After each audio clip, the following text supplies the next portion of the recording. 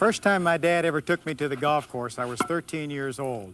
Prior to that, for 3 years, I played tennis nearly every day of my life. Once I got to the golf course, I set down the tennis racket for a number of years. But I've still continued to love the game and love to watch it. And you know, the golf swing is a lot like the tennis swing, and I'm going to show you how that works now at 3 levels of play. When someone picks up an implement, whether it's a tennis racket or a golf club, the tendency is, well, I'm holding this thing in my hands. Let's hit this thing over the net or down the fairway with a big action of the wrist. And it really doesn't work, because if I hit the tennis ball that way, sometimes it goes way up in the air, sometimes goes over the net, and sometimes out to left field. Not very reliable whenever I change the pitch of that racket during the swing. Now, the intermediate tennis player soon realizes that they can have a lot more dependable shot production if they form a relationship between the racket and the arm, which is unchanged throughout the swing. So the intermediate player looks something like this.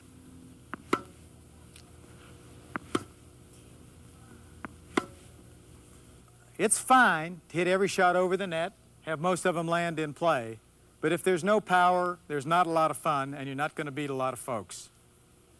So once the intermediate player establishes that relationship and makes this stroke, if they want to go up to the advanced levels, they have to use the feet and legs. So the advanced tennis shot is an action very much like the advanced golf shot, in that the lower body leads the action. The fixed established relationship stays the same through the shot, and we get a lot of power.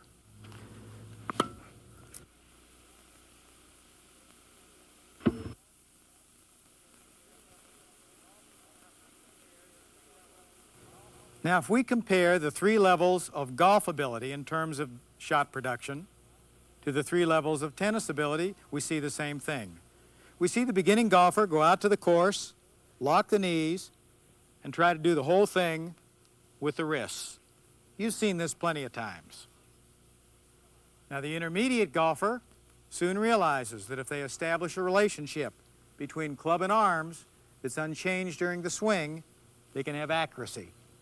But boy, there's no power here. And the advanced player establishes the relationship and then moves the club with the lower body.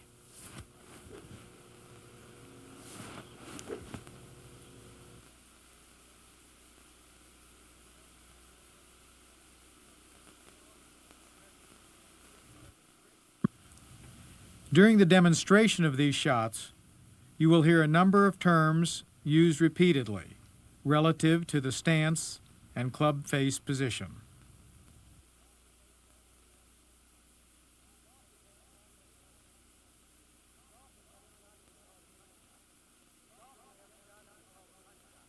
In golf, we have a shot that we call the punch shot, and I'm going to demonstrate that for you in a moment.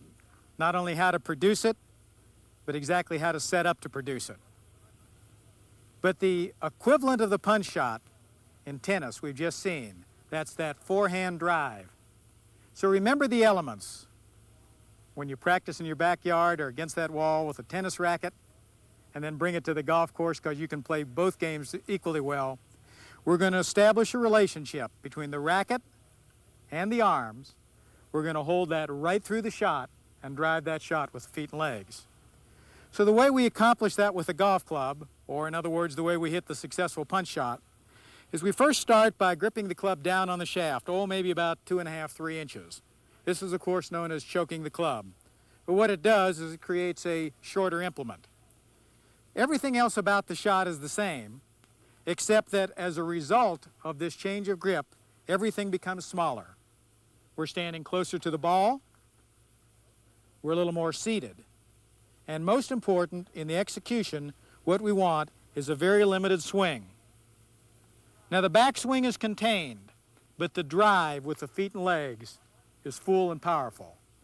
So watch these points as I hit these punch shots. Controlled backswing, drive with the feet and legs.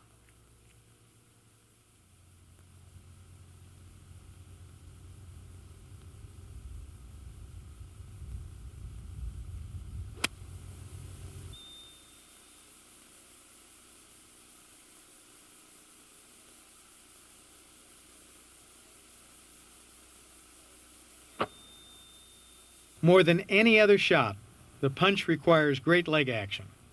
Practicing this shot will rapidly improve all of your shots. A lot of folks bring down their score by playing 2 balls. What I do on my private golf course is I play 2 pins. It really helps bring down the score, but in reality today we have a valid reason for setting up this green with 2 pins. You see, if we look at the shot on the left, what we have is we have a very narrow margin because we have a tree on the left and we have the pin cut very close to the left-hand side of the green. So this is an ideal situation to hit what's known as the draw shot. Now the draw shot is not a hook. A hook is a wild, uncontrolled shot that goes from right to left for a right-handed player. The draw is a gentle shot that moves from right to left under a lot of control. And so if we start this ball out just about at the left edge of the right-hand bunker and draw it in, we have a tremendous margin for error here. Conversely, if we look at the right-hand pin, we would have no margin for error here on a draw shot because that right-hand pin is set right behind the trap. And even a straight shot here gives us very little margin. So the ideal shot to play for the right-hand pin is a fade. And the fade is not an uncontrolled slice to the right. It's a gentle move of the ball from left to right for a right-hand player. Ben Hogan made quite a career out of playing the fade, so it's obviously an effective shot. Now the execution of the draw and fade can be seen very easily, again by using the tennis racket as the demonstrating instrument. If we're going to drive that tennis ball straight forward, we establish that angle and we move that racket straight through on line, moving our feet and legs. If we want that tennis ball to go down and to the left, really hook cross court, what we do is we still keep the same angle, but we bring that club up and over, and we would be hitting the tennis equivalent to the golf draw. Conversely, if that tennis opponent hits the ball short, we want to come into the net, hit what's known as a chip shot in tennis, or the equivalent of a fade shot in golf. We still keep the angle, we don't change the swing, but we change the angle of attack, and that would be equivalent to the fade shot in golf. So let's start with the draw. Now in this particular shot, if I were playing this shot absolutely straight, I would select an 8-iron. But the draw is going to go a little further than the straight shot, just the nature of the way it moves through the air. So I've got a 9-iron. Now to produce the draw shot, we have to make a couple little minor changes in our setup, and then the swing remains exactly the same. The first thing that we do is in making the grip, attaching ourselves to the golf club, in the draw shot, instead of bringing the left hand over and down with the space between the 2 tendons directly on top of the shaft, what we do is we make a slight adjustment of turning that left hand slightly to the right, about 1/4 of an inch. And that in turn turns the right hand slightly to that clockwise direction.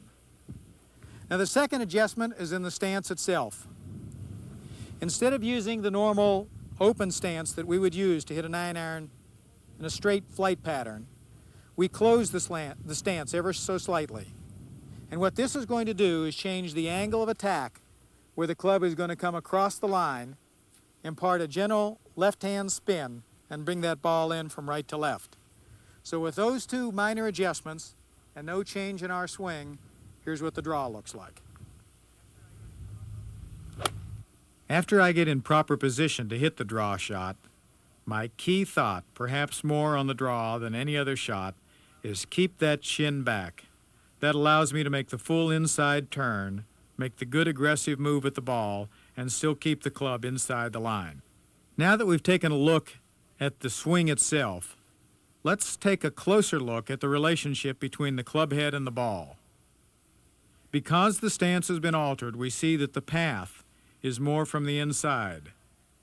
And this inside path, striking across the ball, produces the right to left spin and the beautiful draw flight. When we fade the ball, we're going to lose a little distance. So as we look at the right-hand pin here, which is set up ideally for the fade shot, if I were hitting that shot in here as a straight shot, I would select an 8-iron. But in this particular case, I'm going to hit the 7-iron because the fade is going to travel, as I said, a little less far. Now, to produce the fade shot, we make a slight adjustment on our grip, just the opposite of the draw change. Instead of coming in, over, and down with the tendons directly over the club shaft, we move the left hand very slightly, 1/8 to 1/4 of an inch, over to the left hand side. And of course, that positions the right hand more on top of the club. The second adjustment is made in the setup. Whereas for a draw, we were closed. For a straight shot, slightly open. For the fade, we're going to open the stance even more. This changes the angle of attack, where the club will come straight down the line with the blade slightly open, come on the inside of the path, put a slight right-hand spin for a controlled fade.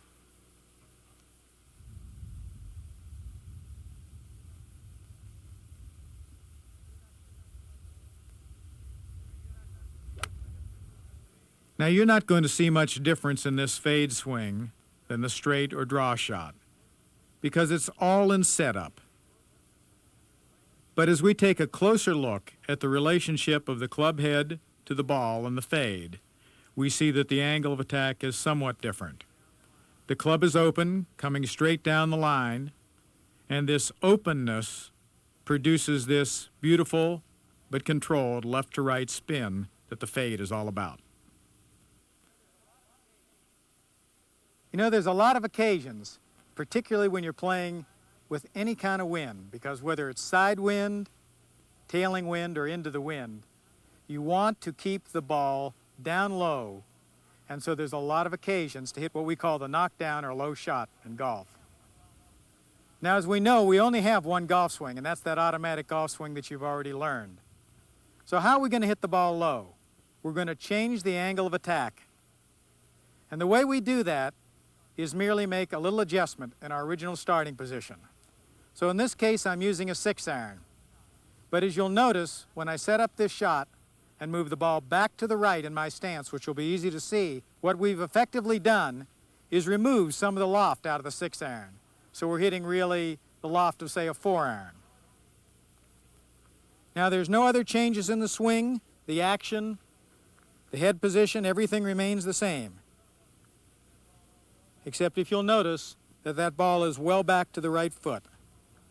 What we're going to do now is show you how to hit the ball high. Now, this is really obvious. If to hit the ball low, we move the ball back in the stance, all we've got to do to hit the ball high is play the ball forward. Remember that this shot is struck just like every other shot in golf, with our one basic swing, only modifying the starting position. So the proper starting position for the high shot is just the opposite of the low shot. We move the ball well forward in the stance. And therefore, we've created a situation where this 6-iron no longer will have the loft of a 6-iron at impact, but maybe of a 7 or an 8-iron. Now watch as I hit the shot, that the action remains exactly the same. So that you can use these shots to your greatest advantage, we're going to take a look at some sample situations that apply to the various specialty shots. When the pin is on the left and you have a big opening on the right, you'll certainly want to draw the ball in. Much greater margin for error. If there's trouble on the right, there's certainly a lot more reason to draw the ball in from right to left, away from the trouble. And both of these advantages or advantageous situations become enhanced if the wind is coming from the left to control the draw and keep it from overshooting to the left. If the pin is on the right with a big margin on the left, let's fade the ball in there. If we have trouble on the left side of the green, that's all the more reason to fade the ball. Perfect example would be a sand trap on the left side of the green. Now, if there's a wind from the right, it's going to protect us and give us all the more reason to select the fade for this shot. The low shot is used when we want to bring the ball under an obstacle that's relatively close. For example, we have a tree that's close.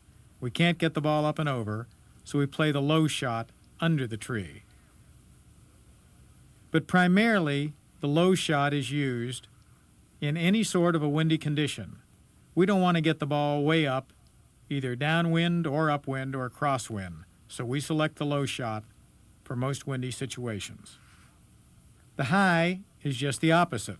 If the obstacle is some distance away from us, we're much better off playing the ball up and over that obstacle rather than trying to hit the knockdown shot under it. Another situation that's ideal for the high shot is if the pin is on the very front of the green. Let's bring that ball in nice and high and let it drop softly if we don't have much green to work with. There are a lot of occasions here at Desert Mountain Resort to use the punch shot. For example, if I've driven the ball on a short par 4 up into within, say, 90, 100 yards from the green and really want to control that second shot, what I'll do is select a longer club, choke it down, get more spin on the ball, and hit the shot under more control. But what I want you to remember is that the punch shot is a great shot to practice because it enhances your leg move. In other words, it improves your golf motor move. On the automatic golf video, we talked about an exercise, left hand only on the club, preferably away from the golf course, no pressure, learn to produce the golf motor move. Well, here's a little exercise that you can do at the golf course. And the objective of this exercise, which is to hit all of these balls in series, is to get the feeling that the golf swing is kind of like a unisex event. That the rhythm of the backswing and that the rhythm of the follow-through, the downswing and the follow-through, are just mirror images of each other. And more than that, that a golf swing doesn't have to be an exact, precise, calculated event. Because of centrifugal force, all we have to do is keep the club in motion. And that centrifugal force is going to make the club come right onto the ball, right per schedule. Now, to do this the easy way first, tee up about 6 or 7 balls in a row. And all you do is put this club in motion and these balls will all fly in about an area as big as a blanket.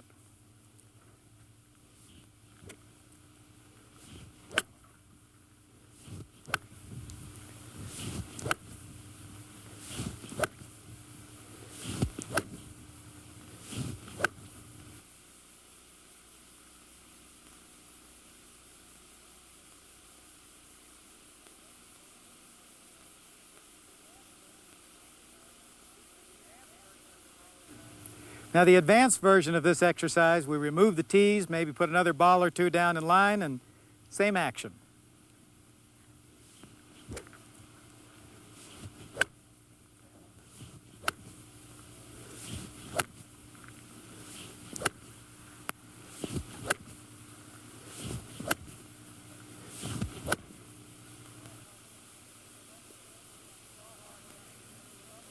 These golf architects, they love to put these bunkers just about the distance that you drive the ball.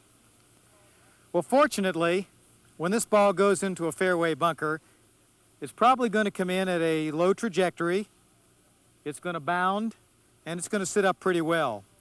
And as an automatic golfer, you're well prepared to play this shot anyway, because the rules of golf say you're not allowed to sole this club in the sand trap.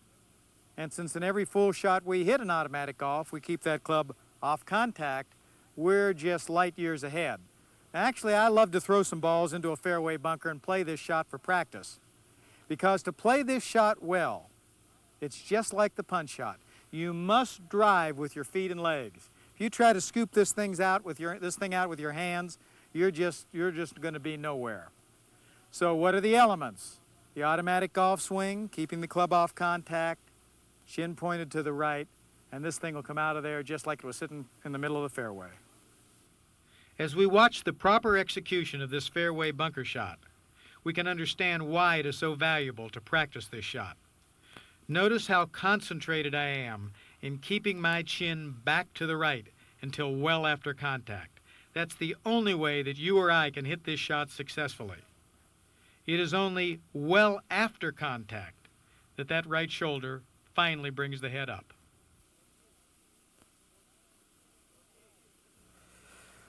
Well, gee, this is a fortunate situation.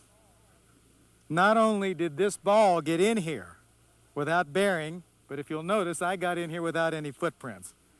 And when I tell people how easy this shot is, they look at me kind of sideways. The reason that the sand shot is so easy when the ball is sitting up nicely like this is because we have a tremendous margin for error.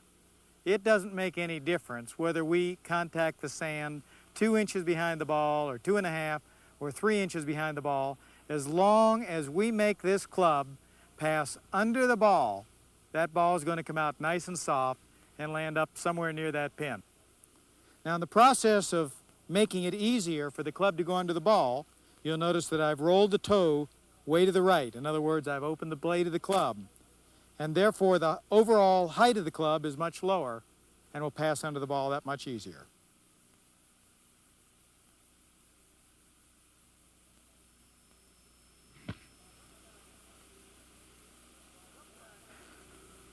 Now, sometimes these dudes fly directly into the greenside trap at a pretty high trajectory, and we get what's known as a fried egg lie.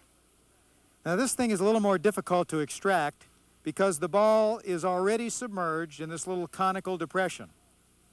Now, the objective here, we still have to get this club under the ball. And the way we do that is we not only open the blade, but we have to amend or change our swing. We have to take this club outside the path, down from a steep angle of attack. Now, the ball is going to come out just a little bit hot. By that I mean when it hits that green, it's going to have some forward momentum. So we hope we have enough distance between the edge of the green and the pin, but we have to apply enough force to get it out, and if that means it goes beyond the pin, that's just what happens. Now, when the sand is damp and the ball comes in at a high trajectory, what's usually going to happen is that ball is going to land. It's not going to make a conical depression as in the fried egg lie. It's just going to bury or half bury in that damp sand. And when we have this sort of a situation, we're not going to be able to pass that club under that ball. The moisture in the sand makes the sand too dense. The ball is sitting down too low. We close the club face. We close it extremely so that the nose of this club will come in, hit the sand 2-3 inches behind the ball. The damp sand will bounce off the club face, and it'll push the ball out. Now, this ball is going to come out hot, which means that we can't carry it up on the green in this sort of a situation, or we'll be playing the next shot from the trap on the other side. So we don't need a lot of force. We just need to bring the club in, toe into the sand, pop the ball out, and have it carry into this bank, hopefully bound up in the air, take the heat off, and roll up to the pin.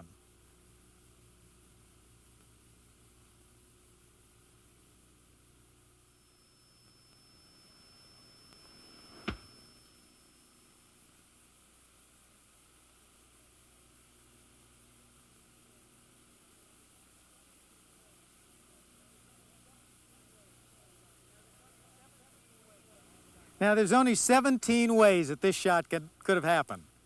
Ball could have hit on the bank, rolled down to the lip of the trap. Ball could have hit on the far side of the trap, rolled clear across the trap to the lip. Ball could have landed just where it is. Your opponent could have come up and placed the ball in that position, and I guess there's at least a dozen or so more. But actually, this shot is not too threatening. We're going to apply the same principles here as we've applied to the shot if the ball were sitting up in the middle of the trap. That means that we're going to extract the ball by passing the blade under the ball.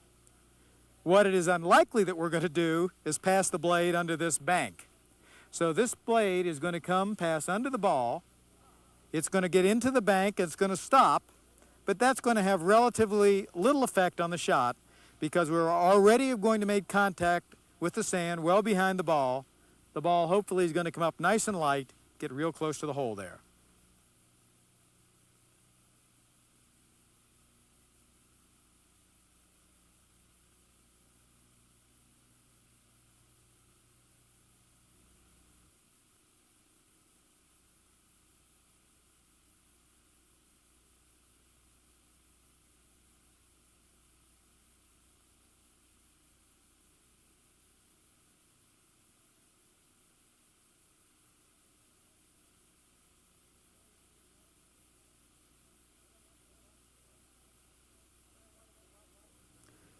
What I want you to watch for as I hit this little pitch shot is that I use the automatic golf swing, nothing changes, except I do it with a nice, slow, easy tempo. Just let that ball float off the blade of the club and approach the hole without a lot of backspin.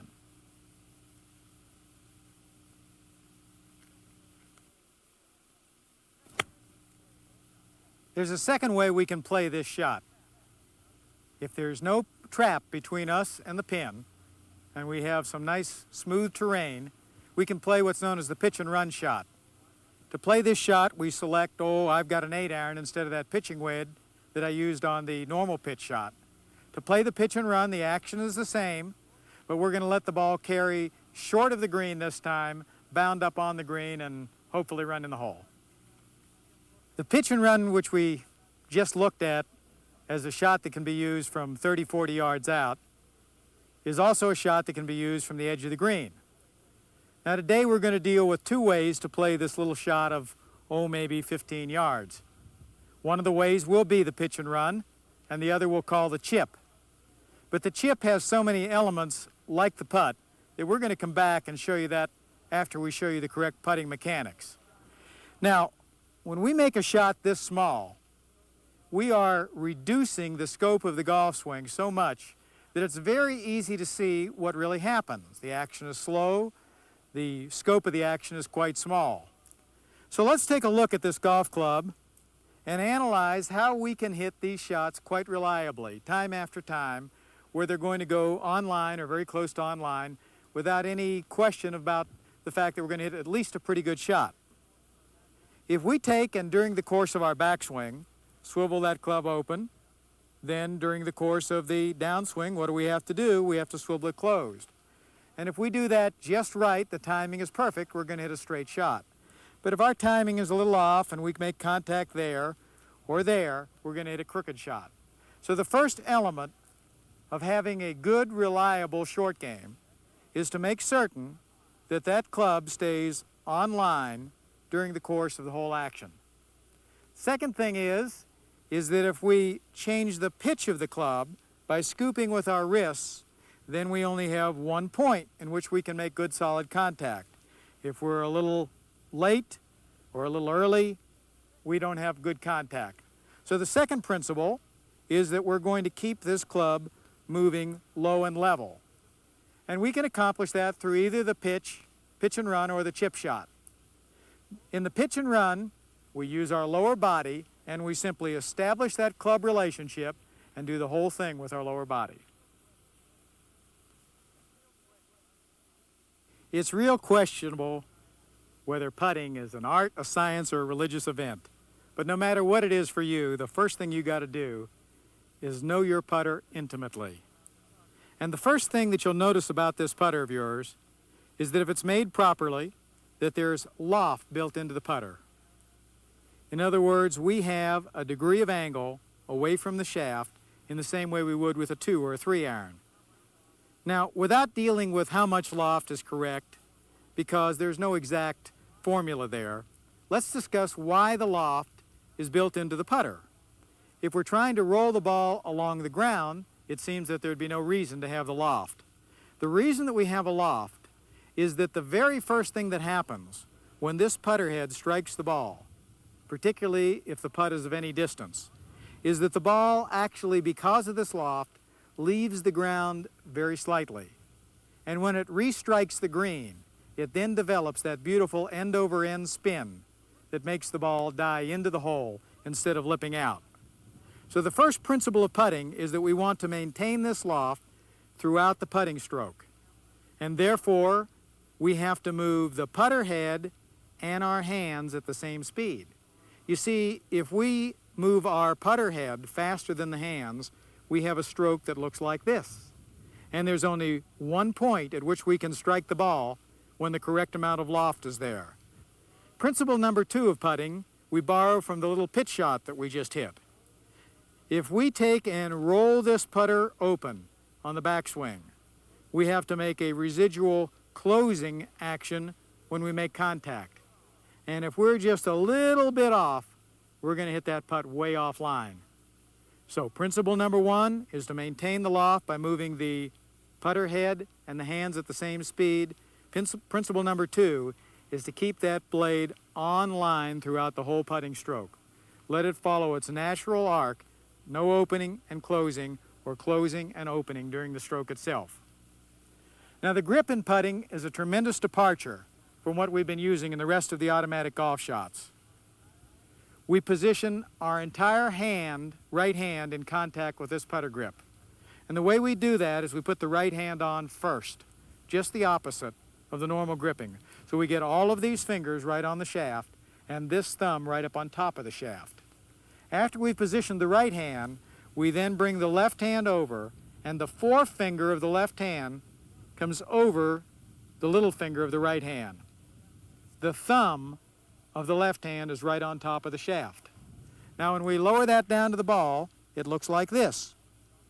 Both thumbs on top of the shaft, all fingers of the right hand on the shaft. Now with this grip, we are in a position to stabilize that putter so that we can move the hands and the putter head at the same time, and we can also stabilize the putter and prevent the rotation so that we can move this thing squarely. We want to maintain this loft throughout the stroke. So if we move our hands way here, we've eliminated or actually created a negative loft on this putter, and that won't work. The ball will be pinched into the green, and if it does hit the hole, it'll tend to skip out. And if we move back here, we've changed the loft of the putter too. So we put our hands directly over that putter head so that the natural loft of the putter remains. Now the action of the putt is super simplicity. We simply move the putter head and the hands at the same speed, and the ball rolls beautifully.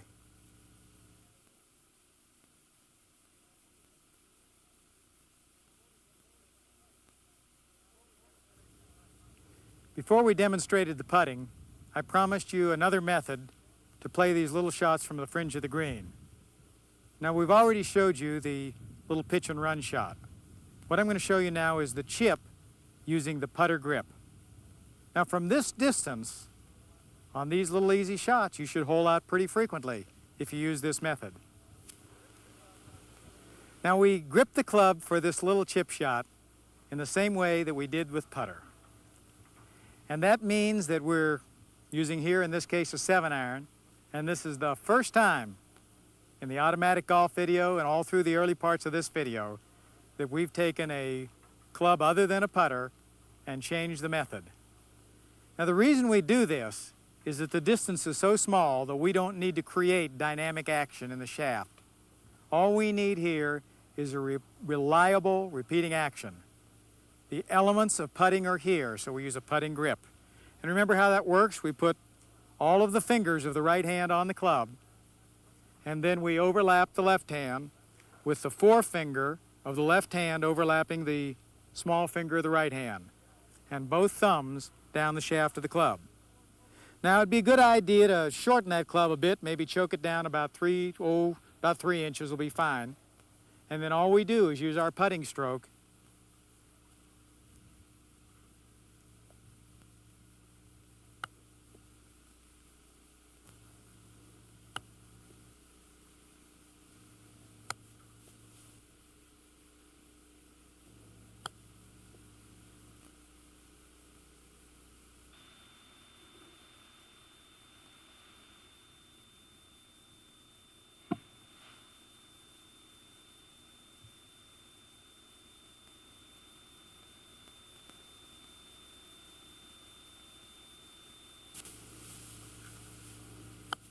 You know how the song goes.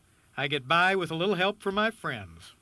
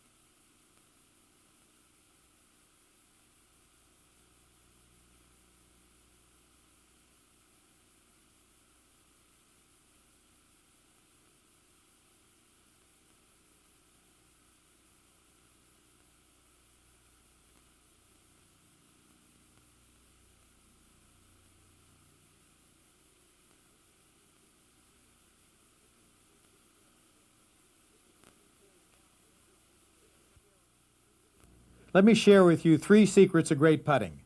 Keep your eyes directly over the ball. It helps your alignment. Move your hands and the putter head at the same speed. And when you putt, feel like you're playing a violin, not beating a drum. With these 3 things in mind, let's talk putters. Now, you know, there's hundreds of different putters, but too many of them ignore the fundamentals. I've incorporated all the features that I've learned in 40 years association with this game into one putter. I call it the Houdini. Now, this may look similar to some other putters you've ever seen, but it's a lot different. First of all, this head is milled out of solid brass. It's a precision instrument. Secondly, I have a feature in the Houdini when you can change, that enables you to change the swing weight. We can go from heavy, because I like every putter to be at least heavy, up to heavier than heavy, by moving these Allen bolts in and out of this putter. It changes with a snap. You take the Allen bolt out of here with the Allen wrench. We provide this right with the Houdini putter. Now, brass, the material I've chosen, it feels soft to me. It gives you the ability to use that violin stroke. You see, a putter is like a surgeon's scalpel. It's a precision instrument. The slightest variation at the head can mean inches at the hole. It means missing putts that you should have made. So precision is very important. Let me show you how we achieve it. Here we are at the factory where the putter heads are milled. First thing I had to do is come up with the right design. I brought that to Dave, and Dave, you take it from there. Well, Bob, my first consideration was choosing the right brass for your putter. We chose type 360 brass, and that's a combination of copper and zinc. It's half hard and very durable. It's a special alloy that's 35.5% zinc, which makes it tougher than others. And there's also 3% lead, which improves the metal's machinability, again, for greater precision. The next thing we do in this 12-step process is transfer the design to a specific blueprint for the putter. We do this by using computerized numerical control, or CNC, to lock in the precise specifications. Dave, it sounds like you're using robotics here. Well, that's close, Bob. What we're using is CNC machinery, and with this type of machinery, we can guarantee a precision part and repeatability from one piece to the next. You'll get exactly what you want each time. First thing we do is cut the raw brass to rough size. The next step we do is mill the shaft hole. We do this with an end mill to maintain a true diameter and a flat bottom hole. We hold it in a fixture to maintain the angle exactly. We notch in 3 precisely located sight lines to help with your shot alignment. Here's how we machine in Bob's unique adjustable weight feature. Next, we rough cut the shape of the sole in preparation for final milling. Now it's back to the CNC mill, where that nice rocker sole is finished. The last machining step is the loft. It's the perfect angle that gives Bob's putter that friendly roll he talks about. Each head is milled individually, and tolerances are hand-checked for weight and dimensional integrity. And finally, each piece is cleaned and packed individually for protection. Dave, I want to thank you for the care and craftsmanship that you put in each of these putter heads that you build for me. What I'd like you to tell us now is the advantages of the milled head over the cast head. Well, to start with, the milled product is much more stable to begin with, and also it affords us the ability to machine with much greater accuracies. So in terms of the putter, what you get is a more reliable club, a nice feel, and a very dependable sweet spot. Now, we've talked about weight and the advantages and precision of milled brass, but there are other features that translate into better putting for you. One of the most important is the rocker sole. It allows you to make adjustments for the undulations in the green. In other words, even if the ball is below or above your feet, you won't stub the toe or the heel. Likewise, as you improve your putting, come closer in, bring the putter further under your eyes, you can make this adjustment with the rocker sole. Now, there are 3 alignment lines on top of the Houdini. It serves as a slot. You get those eyes over the putter head, and whap, you can see that ball right down the line. Now, the center shaft comes into play here with these alignment lines. Because of the center shaft, it's far easier to get this putter under the eyes and take advantage of these alignment lines. I think what you need to do is keep this thought for a couple of days of keeping the hands quiet and let the pendulum be truly on the line. And I think that will be facilitated. You see, the lines on top of the putter are here for a purpose, and they're here to form a slot right on the direction of the line. What I'd like to see you also do is move a little closer to the ball. That way your eyes will get right over those lines, and you'll be able to see that that direct online action that we're seeking here. Now, the rocker sole facilitates that. Where you're standing now, you're kind of like on the back of the rocker. But because this is sort of like the everyman rocker, as you get closer, the putter will also work for you. So hit 1 or 2 where you're keeping that thought, which you've improved on so much, which is working the putter towards the hole, allowing the putter head to do the work, but stand a little closer and see if it doesn't give you even better alignment. Yeah, your eyes are nice and over the ball now. Much better, much better, much better. You're out of here. Terrific.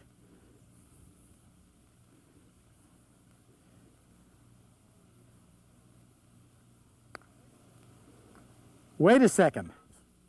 Well, I think the weight is the big difference. That's what I feel in it. There's a solid feel to it when I strike the ball, as opposed to the super light putters that I have been using. It's almost like hitting a baseball up on the handle. This thing feels like the meat of a baseball bat. So I get that good solid feel, and with the feel I get the control. It seems sensible to be able to change weights. They make all different weighted putters. Why not be able to change the weights on one putter? The putter rolls the ball so beautifully to the hole, and I know that's a combination of being on the correct position with the ball and the putter being heavy enough to just allow you to stroke, and it takes over and sends the ball on the line you intended. 2 things to remember about putting. You use it more than any other shot, and it puts the ball in the hole. Secondly, it's easy to improve rapidly. It doesn't take great athletic ability. Earlier I told you I love to teach putting, and I really do. I want you to give my Houdini putter a try, and I'm going to include absolutely free my new putting video, Automatic Putting. It will give you every technique that you need to make putting truly automatic. But that's not all. This video is also going to give you the details on developing that soft and consistent putting feel, that feel that imparts topspin to give the ball a friendly roll that hunts the hole. I designed my first golf club over 20 years ago, and I don't build any ordinary clubs. Every one of these designs gets my heart and soul. I build the finest products with the finest technology. Now, you can't see the high quality of this Houdini putter on TV, but it's there. You have seen the manufacturing process. I've explained the principles behind the putter. Everything I know is in this putter. There's not going to be 20 different models. This is it. Unless somebody comes out with something that's new science, this is the Houdini. But the only way you can appreciate the quality and experience the magic of the Houdini is to give it a try yourself under my risk-free offer. Don't forget, you'll also receive my new automatic putting video along with your Houdini putter. Even if you return the Houdini putter, I want you to keep the automatic putting video free. I promise you, your game is going to improve either way. It's a good, sturdy club. Just feels good. I love it. I've been looking for a new putter, and this is it. I'm really excited about this. People are going to ask questions about it, that's for sure. Especially when they start seeing you making those putts that normally you didn't make. Isn't it time you finally master the art of putting? You can't do it with an inferior putter. Bob Mann's Houdini putter will help you become a better putter automatically because of its unique scientific precision design and its quality milled brass construction. The Houdini putter has been specifically engineered to help you master the correct putting motion, to help you develop that slow, smooth stroke that gently pushes the ball to the hole with that friendly topspin roll. You'll find your putt alignment is more accurate and your follow-through automatically consistent. Marvel at the way the putter head seems to automatically ease through the putt at the same speed as your hand movement. The Houdini's rocker sole and dual weight cavities concentrate the weight in the striking area, so less force is needed for a given distance. And Bob's revolutionary adjustable weighting system allows you to customize the club for your personal putting style. Order Bob Mann's sensational new Houdini putter for just $89.95 plus shipping by calling the number below. When you order, you'll receive the putter complete with Allen wrench and a full set of weighting screws. screws that allow you to adjust head weight to your liking. And you'll receive a handsome padded head cover to protect your milled brass putter head from dings and scratches. And you'll also receive absolutely free Bob's all-new automatic putting videotape. Learn how to putt more effectively through strong fundamentals that simplify your stroke. Bob's system will have you putting better instantly and watch your handicap sink to new lows. Why wait another moment? Order the Houdini putter now by calling the number on your screen and have your credit card ready. And remember, you test drive the putter free with Bob's exclusive 21-day deferred billing guarantee. And remember, I won't even bill you for 21 days. So if you're dissatisfied with my Houdini putter for any reason, return it within 3 full weeks and you'll never be billed. Call now and the Houdini putter is yours for just $89.95 plus $6.95 shipping and handling. And you'd also get the free head cover and the free automatic putting videotape. And remember, even if you return the putter, the videotape is yours to keep. Either way, you're bound to take strokes off your game. So call this number and order your Houdini putter now.